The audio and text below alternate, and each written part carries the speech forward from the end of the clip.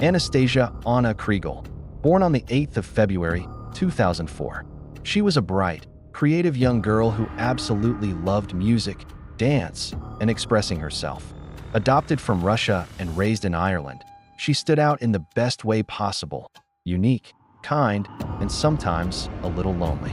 She was a girl with a vibrant spirit, finding her way in the world, just like any other teenager. On May 14th, 2018, Anna's day started like any other.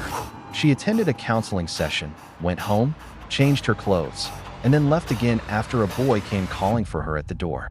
He told her a friend wanted to meet her in the park. It seemed innocent enough, just a casual teenage meetup. But that simple moment, that walk out the front door, would mark the last time her family ever saw her alive. A shadow was falling over this quiet Dublin suburb, and no one knew it yet. When Anna didn't return home that evening, the initial worry quickly turned to panic. Her parents, frantic, called the Gardaí. A massive missing persons search was launched immediately. Helicopters with powerful searchlights scanned the landscape from above, while teams on the ground combed through fields and dark, wooded paths. Posters with Anna's smiling face went up on every lamppost and notice board in town. Her parents waited by the phone, clinging to every shred of hope, praying for news that, devastatingly, never came. The community held its breath, hoping for her safe return. 3 days later, on May 17th, the search came to a tragic end. Anna's body was discovered inside an abandoned farmhouse in Lucan, a once grand building, now fallen into ruin, hidden away from the world. It was a place of secrets and decay. From the moment investigators arrived, it was horribly clear that she had been the victim of a brutal and violent attack.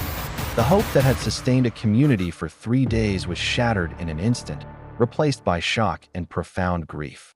The investigation that followed moved swiftly and soon focused on two 13-year-old boys. They were known to Anna from school, just familiar faces in the hallway. In the official police reports, their identities were protected. They became known to the public only as Boy A and Boy B.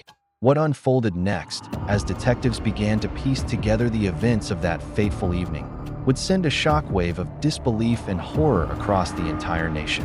How could something so dark involve children so young? During interrogations, the story began to unravel.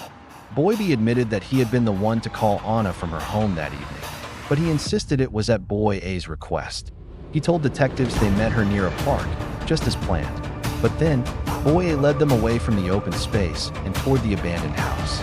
Boy B claimed that once they were inside that derelict building, everything changed terribly. The atmosphere shifted from a teenage hangout to something sinister and frightening. In later interviews, Boy B's story became more detailed, more harrowing. He described hearing the sounds of a struggle from another room in the farmhouse. He said he was scared, that he just froze, completely paralyzed by fear. And then, he ran. He ran away, leaving Anna alone inside with Boy A. His words were fragmented, tumbling out in a mix of terror, denial, and crushing guilt. He was a child recounting a nightmare, and for the investigators listening, the awful truth was slowly, painfully, coming into focus. In April of 2019, the trial began at the Central Criminal Court in Dublin. It was a somber, historic moment. For the first time in the history of the Irish state, two children so young stood accused of murder. The details that emerged in the courtroom were chilling, painting a picture of calculated cruelty. After 14 hours of deliberation, the jury returned with their verdict. They found both Boy A and Boy B guilty of Anna's murder. Boy A was also convicted of aggravated assault, a charge that spoke to the extreme violence of the attack. In November 2019, the sentences were delivered. Boy A, identified as the main perpetrator, received a life term, to be reviewed after 12 years. Boy B, who lured Anna to her death, was sentenced to 15 years, with a review after 8. Outside the courthouse, Anna's parents stood together, heartbroken but resolute. Her father, Patrick, speaking through his grief, whispered words that echoed the depth of their loss. Forever is not long enough. For their family, the sentence would always be for life. Anna's funeral was filled with color, just as her parents wanted. They asked the mourners to wear bright clothes, not black, to honor her vibrant and creative spirit.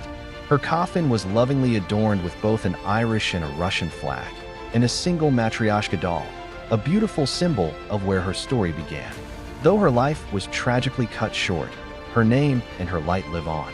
Today, her legacy continues through Ana's Network for Adolescents, a charity dedicated to helping other young people find hope, support, and the chance to shine, just like she did. Thank you so much for watching and for taking the time to remember Ana. If this story touched you, please consider liking this video and subscribing to the channel for more content that matters. Your support helps us continue to tell these important stories. Take care.